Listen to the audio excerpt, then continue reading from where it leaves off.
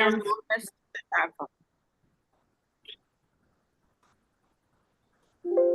and somebody put in the chat, will you be monitoring the chat for questions? And the answer is yes. And as you should know at this point too, we are also recording the Lunch Bunch to put on our YouTube channel. So this will also be available after this morning. And it is 11:30. I'm going to go ahead and start. I welcome everybody today to our Lunch Bunch. Our Lunch Bunch, our bunches are usually held the first Wednesday of each month, but because of the 4th of July holiday, we opted to go through and do the second Wednesday here in July. I'm Karen Solheim. I'm part of the GAE retired organization, currently serving as secretary. And I do want to share with you just briefly, I'll share this at the end. We're excited for the next Lunch Bunch in August, in that Lisa Morgan, who is the first GAE president to start serving her third two-year term, will be our featured speaker. So even if you are in the classroom or doing something in your role as an educator, if you can join in for any of this, that would be great. Lisa always is good in terms of sharing kind of the state of the association and what she envisions for her last two-year term. The other thing I want to share briefly in this is, and I don't think I'm going through and stealing any of Buster's thunder at this point in time. With TRS, if you haven't gone through and set up your TRS account and you are contributing to TRS, please do that. And I want to just share two things with you. This is the formula, and hopefully you have it memorized, because this is what's going to impact your retirement income, or is impacting your retirement income. Total number of years of credible service times the multiplier, which is currently 2%. We never want that number to go down. And then the highest average salary is your 24 consecutive months, and that will give you your maximum benefit. So just a couple of examples here. I plugged in a hypothetical 30 years, because you can retire with full benefits at 30 years regardless of age. I made up a salary of $50,000. And so in doing the math, you would get 60% of that, or $30,000 per year, and you can see the monthly amount. And then if you maxed out your career at 40 years, and you really don't, in my humble opinion, you can talk to your tax advisor, your accountant, whatever, you don't get any more credit if you're Juanita Foster in Northwest Georgia and you've worked some 50 years. She's capped at 40 years, but I just pretended again 40 years. I made the salary a little higher, and you can see how that math works. One of my ballywigs this particular season is another retirement system that GAE has been working with, and this is the Public School Employees Retirement System formula. And this is for our bus drivers, our education support professionals, like our maintenance workers, our custodians, etc. And you will see that theirs is abysmal, in Karen Solheim's humble opinion, because part of the formula is taken out. It's the number of years of credible service times $17 a month. A couple years ago, that number was $16 a month. And you can see that that gives them their monthly maximum benefit. So if they work 30 years if you're already in the math logical sequential part with me, their maximum benefit for our bus drivers, our not our parapros, our bus drivers, our cafeteria workers is $510 per month monthly. And I just do that as an education piece today because if you are in TRS, we have a wonderful program, a wonderful formula, but we also need to continue to work for those who do not. So I'm ending that little part of the sermon. Just wanted to put it on your radar. I'm going to turn it over to Buster because Buster never lacks for something to say to us as we gather together. And I know there may be some active members on here who haven't retired yet, and you may have some individual concerns.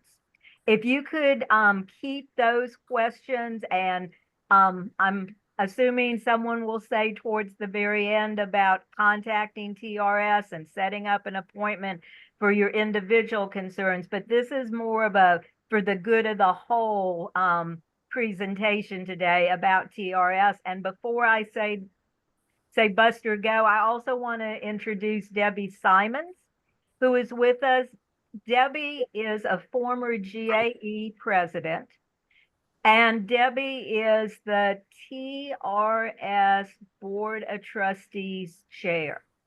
So GAE, in my humble opinion, is very fortunate to have Debbie with us. And Debbie continues to just be a font of information also about TRS. And I can tell it's near and dear to her heart also. So Debbie, thank you for being with us. So Buster, I think I have talked for 6 minutes, which is probably the longest monologue I've given.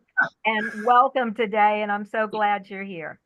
Well, thank you so very much, Karen. It is a delight to be with you. And by the way, I don't know if you need a job or not in your retirement, but you did a phenomenal job explaining the TRS retirement formula. And so you can do that anytime you want to, but it is important to remember that. And it is also very, very important. And I'll go on and say, as you talked about the other retirement PSERS and the comparison there, and just make a couple of comments about that. First of all, realize some of those folks also may have worked in a system that did not have Social Security. So if you could imagine having less than $500 a month to live off of in retirement, folks, that is well below the poverty level. So we need to continue to remember those people. I'll make a comment about that a little while later on, but excellent job. I have thoroughly enjoyed in the now going on 8 years that I've been with TRS, working with Karen and Tony, who have represented GAE so phenomenally well. Those are two people that I just have grown to love dearly, and so thankful for that. I would be remiss if I did not also mention congratulations to Lisa Morgan. Don't know if she's on the line today or not, but over the last several years, I have enjoyed watching Lisa serve your organization and serve educators in this state. And certainly very impressed with what is going on there. And I know that Lisa has, as a part of her commitment, ensuring that we maintain the provision of our retirement for educators, both in the teaching positions as well as others as well. Thank you for mentioning Karen Debbie Simons. She is not only recognized well within the state, she's a national leader in the area of pension education and pension governance. And it's been my joy to be able to work along with her. And you are so right. You could not have a better advocate who I have seen take care of fighting in the trenches for educators. And it pleases me greatly. And quite frankly, one of the reasons why I've continued to work this late in my career. But I love what I do. Just at the, I could tell y'all a lie and tell you I dressed up for you today, but that is partially true. I've had 2 previous engagements. One of them also earlier this morning, swearing in a new trustee that Debbie knows very well, Chris McGraw, who is Vice Chancellor of Legal Services for the Board of Regents. I won't go into great detail, but Chris is a TRS member who works for Regents and he's done some amazing support work of our retirement system in years past. So we're delighted to have him. But another something that we just did with our entire agency downstairs, we have roughly 155 people who work at Teachers Retirement System. Every year we try to recognize those people who have reached certain benchmarks. You need to know this about your agency. So our agency has the lowest turnover rate of any state agency in state government in Georgia. And I can tell you the couple of reasons why I believe that to be the case. First of all, I would like to say, first of all, we start by making sure that we hire the very best people that we can, people who have a heart for service. And we just recognized one of our ladies, Dina Jones, who's been with us for 40 years, still working. And so I put Dina on the spot from time to time, and I asked her, I said, Dina, tell us why you worked for 40 years. And one of the things that she always says that she has enjoyed the work that she's been able to do with our educators and helping to usher them into one of the best stages of life, and that is being a retired educator in the state of Georgia.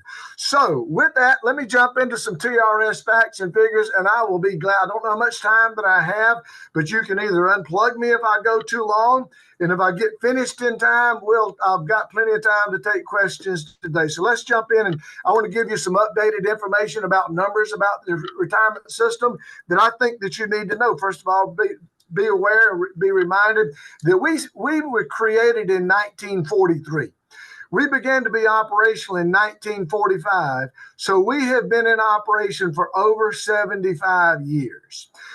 Folks, there are a lot of companies that don't last that long, but I'm convinced that we'll be here for many, many years. We're stronger than we've ever been, and I'll talk more about this. We have over 200 now, as of the changing of the year, the end of our fiscal year. We have 250,000 active contributing members, and we've just eclipsed the 151,000 retiree mark. So we have retired about 6,400 new retirees who are looking forward to getting their first. Some of them got their first retirement check on June the 15th. We got another group of them waiting to get their first retirement check on July the 15th. They're going to be some of the happiest folks I know, and hopefully you're going to get them to be a part of GAE Retired, because they need to be involved, and they can help the organization. I'll talk more about that as well. The average benefit, I again loved the information that Tony was sharing, but the actual average monthly retirement benefit that we send out now is $3,600 a month. Not bad. That's over $40,000 a year. If you factor that by let's say an estimated retirement number of years to be retired, let's say at 30, I'll make that number up, but do the math. If you're going to be retired for 30 years and you're getting over $40,000 a year, folks, that retirement benefit is worth $1.2 million. Now, we might not have made as much money as some of our other friends who graduated from college. And maybe we didn't have as much money to put in investments in the stock market. But I'll tell you what, I meet a lot of folks today who wish that they had the retirement benefit that our retired educators have in retirement. We are the 23rd largest retirement system in the nation. And I may have mentioned this earlier, but I'll make sure, and I'll probably repeat myself because that's what old people do. We sit here today on $106 billion. Now, I started this job just a little less than 8 years ago. I'll be celebrating my 8th year anniversary in September. But when I interviewed for this job about 8 years ago this month, we only had $65 billion. So during that period of time, we paid over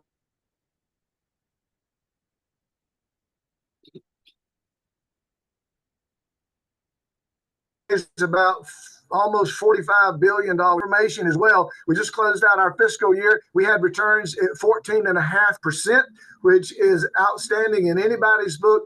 and certainly well above what we use as our assumed rate of return. But our 2-year average over the last 2 years, we have gained a total of 26%, or 2-year average of 13%.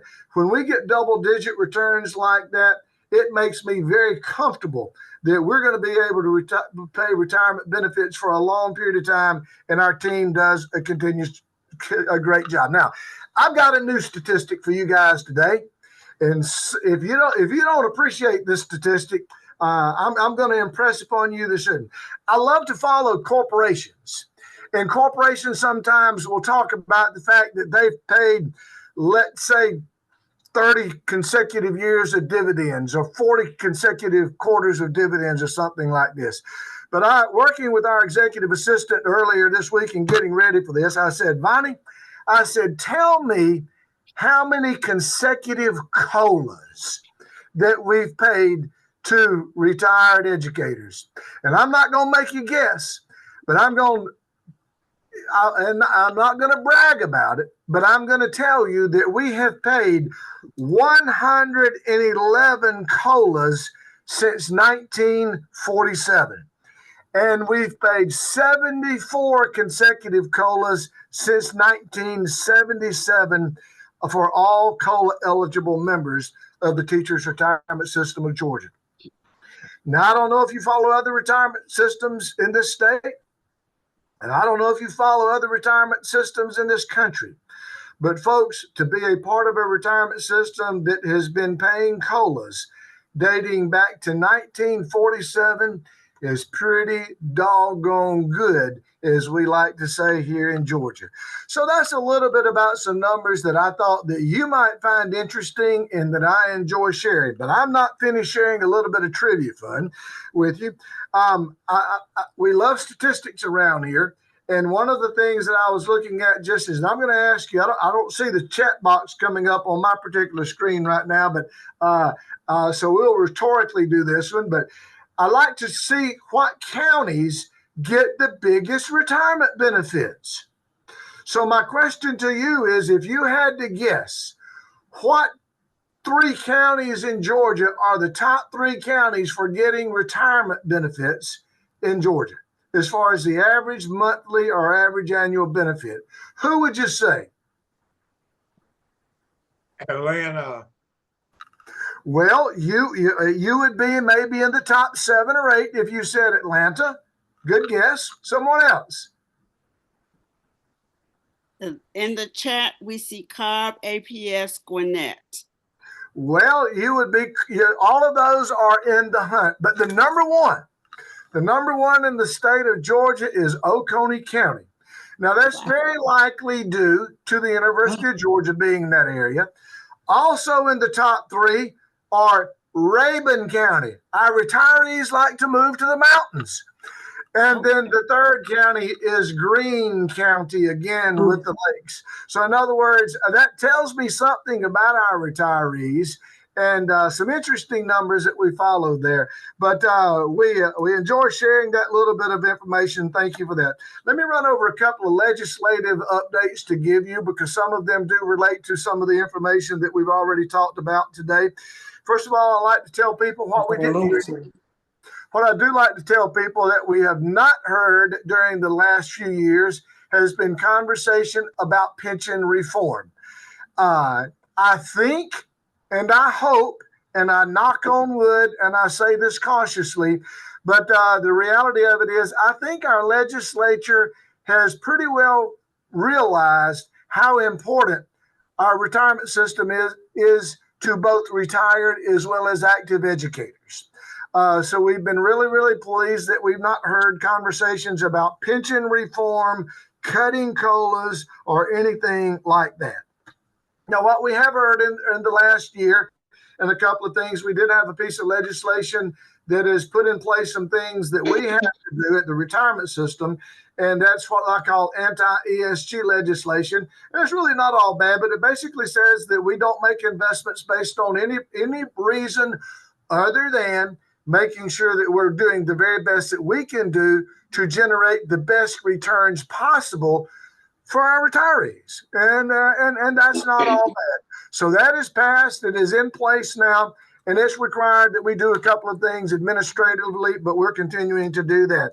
We there's a bill that was passed about 4 years ago now that allowed our retired educators retired teachers to return to work in critical needs areas. We've only had about 377 during this past year take advantage of that.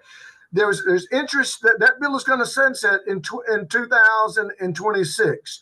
So it's very important that if this is important to us as policy in the state of Georgia, that this next legislative session that get revisited and get renewed. I think that will probably happen. And I know the conversation is continuing to take place now, but we know that is coming. Now, Tony shared with you a little bit of information. Love that chat there. Please work to renew House Bill 385. Let me say this. Not only do we need to work to renew House Bill 385, we need to make it more applicable for more people. That particular bill required a couple of things that were really, really tough for some people. One of them was that for every person, they had to have 30 full years of service before they would be eligible. Our average retiree has 25 and a half years. So in that the average retiree did not have 30 years of service. What happens, that meant that our average retiree could not go back to work under the provision of House Bill 385. We think there are a couple of ways that needs to be addressed. I saw somebody put in a chat, what can we do to lobby for it? Hopefully GAE, and not to suggest things, but I guess I will, that maybe make that a legislative priority for our educator organizations, that they have that. And I know that I'll be speaking with our Georgia Association of Education Leaders down at their annual conference in Jekyll Island on next Tuesday. We will be talking about that as well. But we're already working with folks to make sure that this is on the radar so that it gets introduced and hopefully renewed. It's been a good piece of legislation. And more importantly, for educators, it's been good for kids. The number one area of certification where educators have gone back to work in the classroom has been special education. Folks, it warms my heart that our special education teacher says, I'll come back and I'll help teach children where there's vacancies where teachers are needed. The next two areas have been science and mathematics, and that's been great as well, but very, very good. So that's the update that I'll give you from a legislative standpoint, trying to be considerate of your time. But somebody asked the question, what can we do as we go forward? Again, make it a part of your priorities.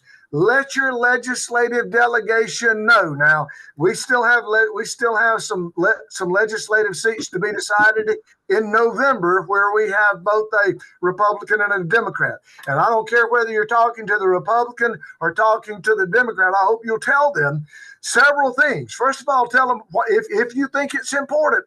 Tell them you appreciate the retirement system and that you appreciate their support. Secondly, talk to them about how they can support public education. Folks, we're continuing to fight a battle to support public education in Georgia and in this nation. And I'm concerned, and I don't want to, raise elements of over concern, but we cannot go to sleep on supporting public education in this state, because there are folks who would love to see a continued shift toward privatization and things that we saw it in the last legislative session. And you may be for it, you may be against it, but I'm just telling you, we've got to continue to advocate and support public education. And then again, the other thing that you can do, let's continue to grow our retired educator associations in Georgia. Numbers count. Continue to be active there. A couple of things I want to get to, and then I'll get to the point. But I want to talk about some things about how we can continue to enjoy and be happy in retirement. Now, I got a story I want to tell you about, and I'm going to ask you a question. You can put this in the chat, but who on our group today knows or ever heard of a lady by the name of Emma Gatewood? Emma Gatewood. Does that ring a bell with anyone? Well, guess what? I'm going to tell you who Emma Gatewood is. In 1955, she told her family that she wanted to go for a walk. Family said, okay, Grandma.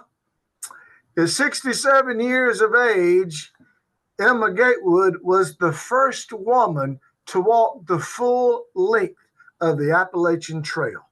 Oh. She was a mother of 11, grandmother of 23. She had been a survivor of domestic abuse for 30 years.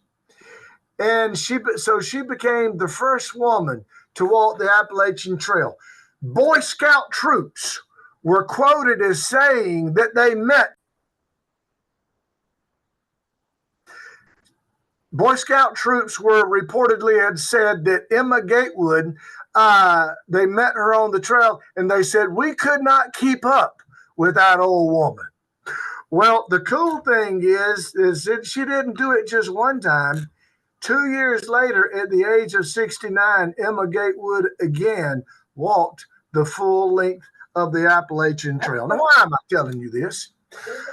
I'm telling you this because I want to encourage all of us to continue to be active in as many ways as we can. Hopefully physically active, but whether or not we can be physically active or not, we can continue to be active in our associations. We can continue to be active in our communities. We can continue to be active in our churches. Retirement research continues to say that a key component of happiness in retirement is staying physically and mentally active. Happy retirees work at staying healthy. I got to tell you about a new friend of mine. He's not a retired educator, but he's retired. A gentleman at the wellness center where I work out, usually about 3 times a week, by the name of Frank Walker. Frank Walker is an African-American man who I met one day there, and we struck up a conversation. And he told me, he says, the end of this month in June, I'm going to be celebrating my 82nd year. Well, I had already did not realize Mr. Frank was going to be celebrating his 82nd birthday, but I had already told Mr. Walker, I said, Mr. Walker, when I grow up, I want to be like you. So at 82, I want to continue to be active and continue to be involved. You know, according to, I got to tell you another study to sort of back some of these things up. There's certain things that have been scientifically proven to help us continue to get longer, to live longer. One of the things, and you may or may not have heard this, but according to a 25-year study by the Copenhagen City Heart Study, playing tennis, now I really probably shouldn't tell you folks this, because the longer you live, the more we have to pay you benefits. And that's what I call considers to be, that would make you an actuarial liability. But because you're tuned into this, we're going to tell you this. But the Institute found that if you regularly play tennis, you can increase your life expectancy by just under 10 years. This study, published in the Mayo Clinic Proceedings, found that this was the sport most associated with increased longevity, followed by badminton and soccer. So I tell you that story. I may not see you on the tennis courts, but riding down the highways as I travel up and down the road, if I see any old folks like me outside kicking a soccer ball, I know that it is simply because you want to continue to get that retirement check. Now, in closing, I've got one last statistic to share with you. And again, you may find this amazing, and I do too. I like to ask our IT department about twice a year to tell me how many people that we have retired who are the age of 100 or over.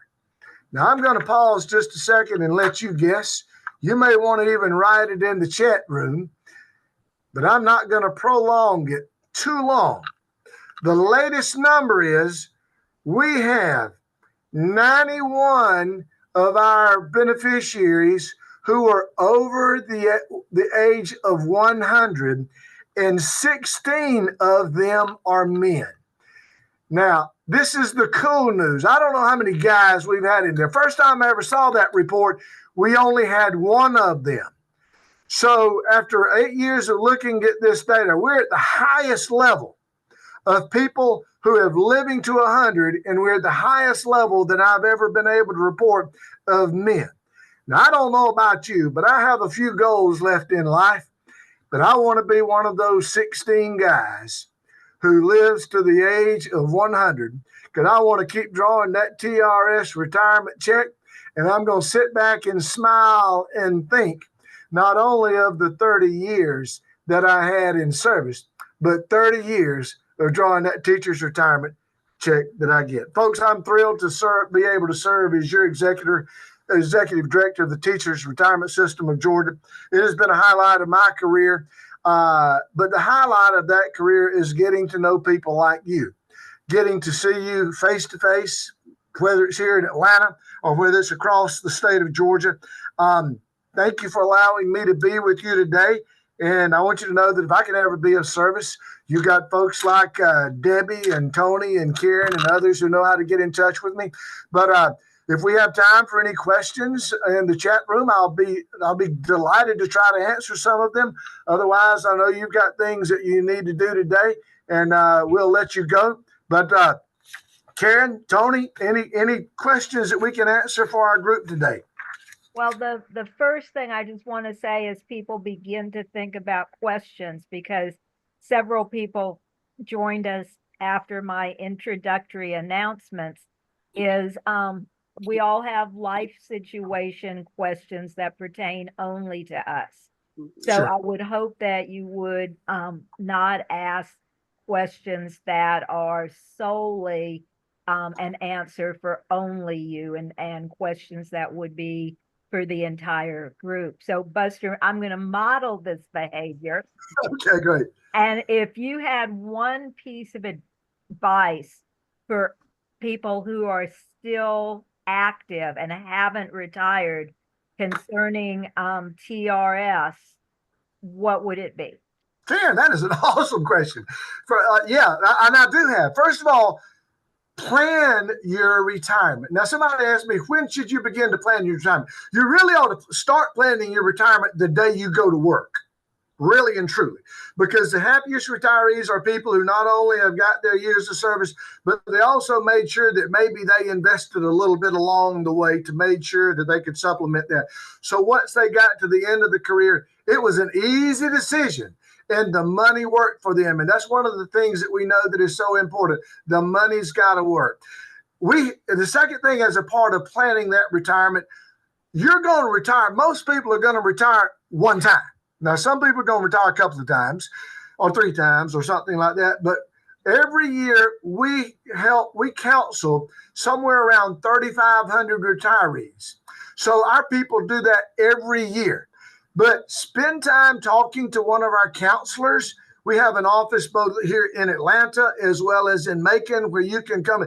If you're absolutely dead set that you're going to make sure that you don't retire with maximum, you still might want to talk to our wonderful retirement counselors, because they may help jog your memory. That you may have they want to make sure that you've got the right beneficiaries listed. They want to make sure that if you're eligible for some service down the road, maybe in the past you might have been in the military or worked in a private school or worked out of state. They can help make sure that you maximize that benefit. So they can do that within your last 2 to 5 years of service. But I would say plan that retirement, meet with one of our retirement counselors in doing that, save a little extra money, And then, I'm asked all the time, what's the best year for me to retire? Is it 30 years? Is it 40 years? Is it 34 years? And the reality of it is that varies by person. But from a financial standpoint, the best thing for you is if you're positioned to be able to make that decision financially and continue to enjoy life afterwards, it may very well be that you can be like some people that I know. They need to retire to help an aging parent, or maybe they can retire and take another job, or they can retire and move near their grandchildren. But again, planning early, whether it's you're the beginning of your career, or maybe let's say you're somewhere between years 20 and 25, you've still got a horizon. You're maybe getting a pay raise this year, and I'd be telling my own children this: put a little bit of that pay raise aside, invest that, so that you'll be able to be one of the happiest people that I know, and those are retired educators. Great question. Thank you. Tiffany did ask the question, does pickleball count? Tiffany, I'm voting for pickleball. I'm still into tennis myself, but I got a lot of pickleball friends, one of the fastest growing sports in the nation. And I think there are a couple other items in the chat, Buster. And I just would echo what Buster has said. GAE Retired offers 4 free retirement seminars throughout the year. We'll be setting up those dates. They're usually on Saturday mornings. They really do go from 9 a.m. in the morning to 1 p.m. in the afternoon. And we do have a representative, an employee of TRS, come and explain all the different benefit plan options that you have. So be aware of that in GAE and GAE Retired Communications.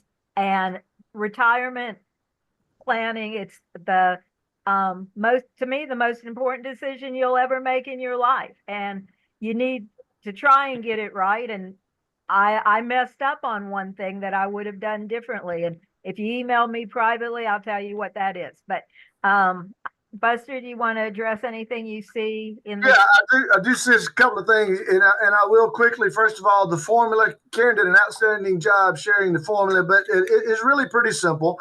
You take the number of years of service that you have times 2%. Okay, so in other words, just the easy math. If I've got 30 years times 2, that's 60. So that point, it's going to be 0.60 because that's 30 times 0.2 times your highest 2 years, your highest 24 months. Sorry, it might have been 5 years ago, or it could be your last 2, but it is not always your last 2, but your highest 24 months consecutive years, as long as you have not exceeded the salary cap in any 1 year of what we call pensionable income. And that's another question that I'm going to get to here. So the math basically is going to be, we're going to make it very, very simple. We see $60,000 a year to be basically a good average salary for our retiree, times, and I'm going to may get in trouble doing public math here, but if I'm doing if I've got 30 years of service times 2, that's 60 times 0.60 times the 60,000, that's going to be $36,000 a year. Divide that by 12, that's going to be $3,000 a month. Now, that's the maximum plan. That's why you want to get with one of our counselors. You've actually got 7 different options. We call the maximum plan Plan A. Everything else falls within Plan B. Sometimes you being able to leave your spouse either half of your benefit or all of your benefit should you retire may not mean that it's going to cost you that much more to do that. But we can tell you exactly what it might be to be able to do that. So that formula is on our website. Again, the number of years times 2% times your highest 24 months average salary. That is going to give you a round figure of what your retirement benefit is going to be if you choose the maximum plan. Now, retirees weren't returning back to work. As you know, retirees can go back to work as a 49% or less position once they've had a 30-day break in service. So, for example, If you retired this year, you're going to retire. You retired, let's say June 1, and you find a job that somebody's willing to pay you 49% and go back to work in the fall. I see places like APS and other people here. Well, again, I'm going to give you a round figure explanation. Every case has got to be analyzed, and we basically largely do that automatically in our system. But whatever you retired at, let's say you retired at that $60,000 a year, the amount of salary that the Georgia law says is the maximum that you can earn is going to be 49% of that amount that you retired at. Okay. That's set forth in Georgia law. It's not something that we just make up out of the air, but it's done. So, but the moral of that story is if you retired and get 60%, and then you can turn around and go back to work and get 49% and draw that retirement benefit, I believe my public math says that's roughly 109%. And you can do that, and you only have to go to work half time. Again, it's a wonderful provision. True story. We have roughly, if you remember the statistics I told you earlier, we've got about 150,000 retirees. What percentage of them do you think come back to work? Somebody shoot me a guess. What percent of our retirees decide they want to go back to work? Maybe as a substitute, part-time teacher, part-time administrator? 5%. Well, Karen, that's not a bad guess, but you're a little low. I'll tell you, 10%.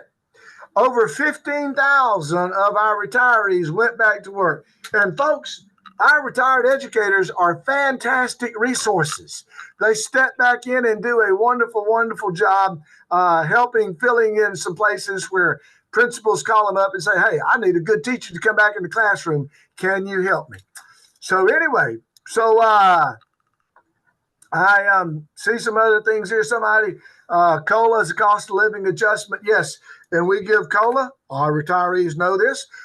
If you're COLA eligible, you're going to get 1.5% 2 times a year, January 1 and July 1. I cannot tell you how many text messages of thanks that I get on the 1st of January and the 1st of July from friends all across this state. And it is heartwarming to hear that. And it does make a difference for our retirees who are being, because, we've been through a period of significant inflation, here recently. So anyway, I don't know what I have not answered in here. What's up? No. What's that? Somebody asked about the 49%. I'm gonna give you a quick answer. Could you lobby for it? If you don't know anything about me, one thing I'm gonna tell you is try to shoot straight with you. You can probably lobby for it, but I'm gonna be honest with you. The legislature has been very reluctant to do anything changing that formula. There are just a number of representatives who were, the number one thing that's going to potentially change this in other states is if the teacher shortage gets so bad that they can't find teachers, then you tend to see them loosen up the return to work provisions. But again, my 8 years as a trustee, my 30 years as an educator, and then my last 8 years here, again, it's certainly worth the conversation, but I'll just shoot straight with you. It's going to be a tough haul to get a change in the legislative law. And sometimes it may be better just to not even change the law as opposed to getting something that changes what we've already got. But that's a conversation maybe for another venue. Requirements to receive the COLA. First of all, you've got to have had full year. You've 30 years of retirement, or if you've not had 30 years of retirement, you're retired and reached the age of 60. Plus, the other thing is when you retire, you have a base CPI number. That CPI number has had to increase from the time. During our most recent COLA adjustment, every one of our retirees that was COLA eligible got the increase. There was a time back right after the Great Recession where we did not see that COLA increase, and we had a couple of years where there were some of our recent retirees who did not get a COLA, so they just missed out for about 3 different cycles there. Karen, I know I've talked so very much and tried to answer the questions, and I know y'all got other things that you probably want to accomplish today. I look forward to being able to come back with you guys sometime. You're just one of my favorite groups on the face of the earth. Thank you for what you do, and I love y'all, and just thank you for the time that I've been able to be with you today.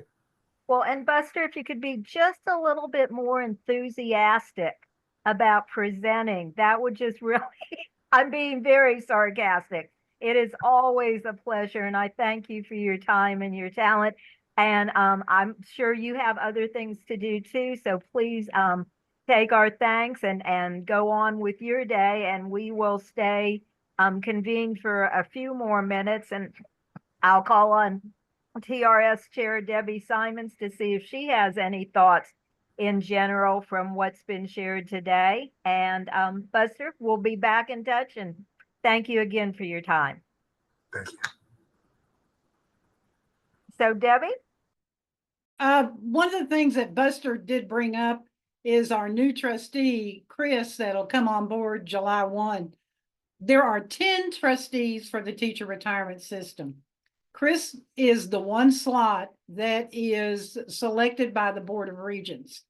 For those of us like myself and many on this phone call, do you remember when Governor Perdue went after our COLA? Okay. And when we got into a big brouhaha with him, Chris was then one of the attorney generals. He issued the attorney general opinion, which was like 14 pages long, and I've got it if any of you guys want to read it, that indicated that it was not legally feasible for Governor Perdue to come after our COLA, that he would lose in each and every court of law because we are pre-funded. What that means, ladies and gentlemen, every dime that you put, as you are an active educator, that 6% contribution, that includes your future COLA. So it is pre-funded. That's why it is guaranteed. But Chris was the individual that wrote that opinion and basically shut down Governor Perdue's attempt to take away our COLA or in any way try to change it. So to have somebody like that come on our board of trustees, that's an obvious advocate, that's willing to put his neck on the line for what he believes and knows to be correct, it's all good. It is just all good. And I just wanted to add that. I'm not saying that the other 9 trustees aren't equally good, but it's kind of nice to have somebody with that kind of a legal background and history to include as a part of our team. Did everybody's questions get answered about the COLA? I think so, but Judy Polachek has her hand up. And then there's a question in the chat maybe to take first. Is there any way to contact the trustees? I know their names are on the website. Is there contact information there too, Debbie? Do I need to? Okay. Yeah, there's contact information there. And will you say, because you're going to know this more readily, how many of the trustees are appointed by the governor? There are 5 that are appointed by the governor. Then we've got 2 classroom teachers, 2 superintendents, and then a person that's from at large. Those are his 5 appointees. There is the secretary of the treasurer, the state treasurer, the state auditor, are two members that then are kind of also appointed by the governor. They're employed, they're full-time staff people. The Board of Regents appoints one member, and that's Chris I was just talking about. And then interestingly enough, the 8 board members, the 8 trustees, then elect your retired teacher, me, every 3 years. They make a vote, and then they also elect the citizen at large that has financial background. So that's where your 10 trustees come from. Thank you. And this will be your third time as TRS chair. Am I making something up?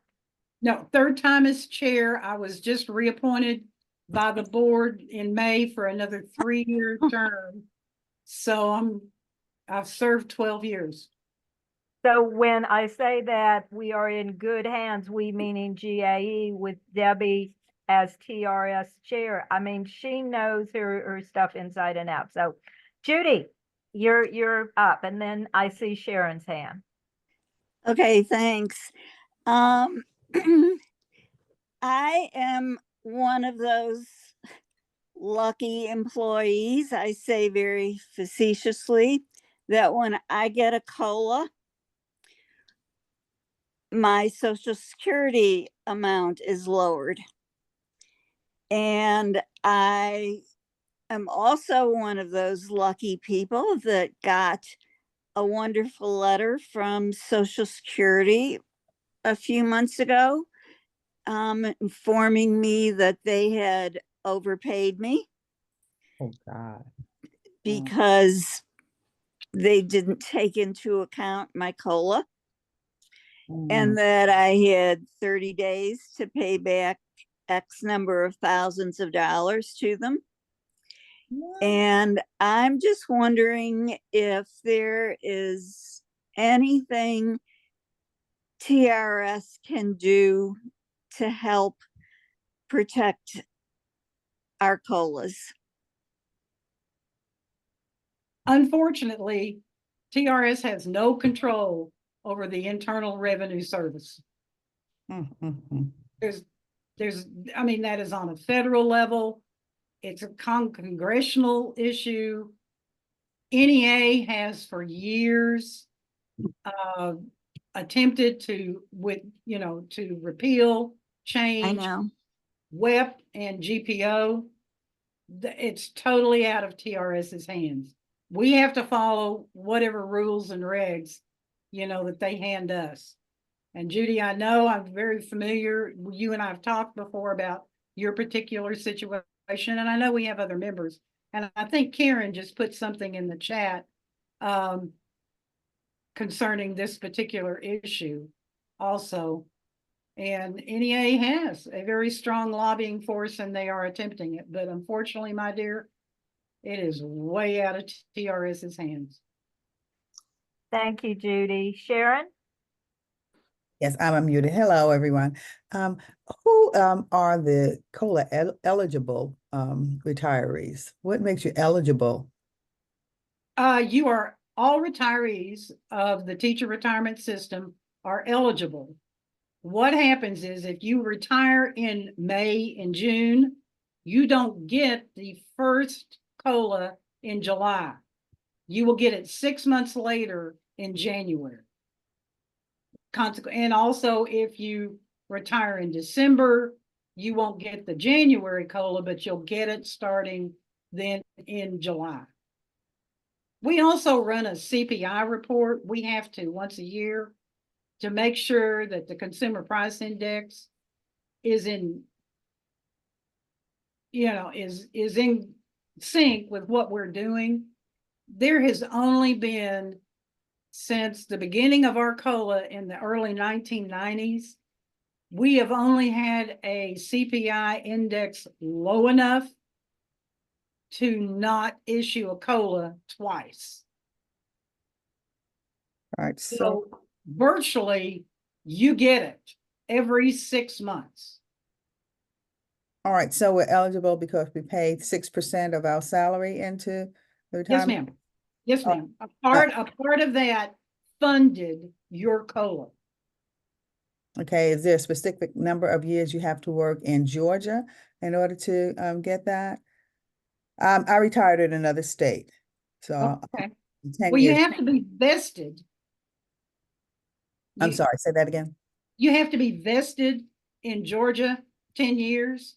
Okay. Once you become vested and you retire, if you're at least 60, then you will receive that COLA on whatever. Obviously it's going to be 1.5% of something that's smaller than somebody that would have worked 30 plus years in Georgia.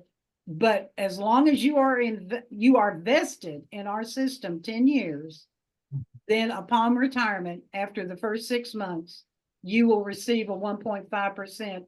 And then here's the other thing, people, it's compounding. It's not just 1.5% on what you got. It's your COLAs build on each other. I bring home more than about $1,700 a month more now than when I retired because of the COLA. Now I've been retired since 2008, but with 32 years. But the compounding is one of the incredible things. Does that help, Sharon? Oh, yes, thank you so much. Okay. Debbie, thank you. I see a lot of questions popping up in the chat, and I realize we're about 5 minutes out. So I do want to wind us up. I have put my contact information previously in the chat, and I'm happy to take all those questions and try and get you answers for them. Again, it's gae.retire.karensolheim@gmail.com. I'm typing, and so please reach out, because again, it is one of the most important decisions you make in your lifetime. And I'm going to share one more time because we all realize that I am on a mission this year, in terms of going through and talking about the other retirement system in Georgia. Again, if you haven't registered, you haven't been to the TRS page, there are a lot of great things happening there. If you click on the events tab at the top, there are events that TRS sponsors in addition to our GAE Retired's pre-retirement seminars. And if you haven't created your own TRS account, please do. It will contain a wealth of information. And again, as we've said today, the TRS formula is wonderful. Years of credible service, including partial years. The multiplier wasn't always 2%. It was lower. We monitor legislation because we sure don't want it to go down at any point in time. And then your 24 highest consecutive months for your salary.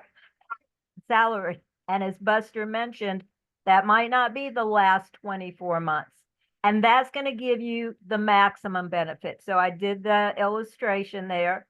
The 60% of, I made up a salary of $50,000. And then you'd get the 30,000 per year, and you can do the division there.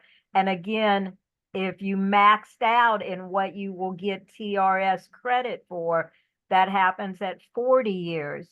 So again, we have one member who is in her 50 years of working in Georgia schools, and she will be capped at 40 years. But you can see that does make a difference because that's 80% of your highest 24 consecutive months and your average salary from those 24 consecutive months. Our friends who are our bus drivers, our cafeteria workers, our custodians, our maintenance workers, their formula is much more simple. And if I could say in public that it sucks, it sucks. And it used to, the GAE was instrumental in the last 2 years to go through and to change the multiplier from $16 to $17 per month. But it's years of credible service times the $17 a month. That gives them their highest monthly benefit. And if we do the math, and let's pretend somebody works 30 years, their highest monthly benefit is $510. And ladies and gentlemen, I am so sorry, that is forced servitude. And I hope that you will be on the lookout in this legislative session that will happen in January, that if there is another bill to raise the multiplier for them beyond $17, that you will work for this. Nobody can live on $510 a year.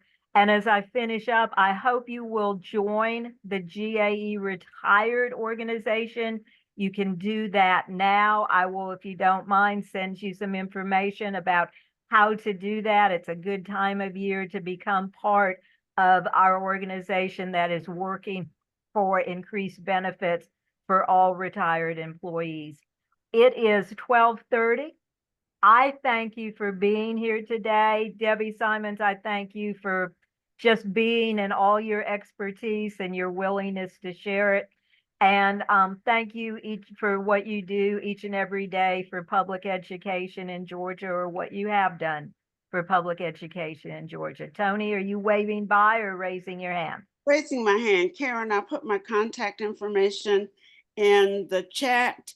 If you have questions about GPO WEP, the government pension offset and the windfall elimination provision, especially, but any questions, you can email me or text me. My email and phone number are both in the chat.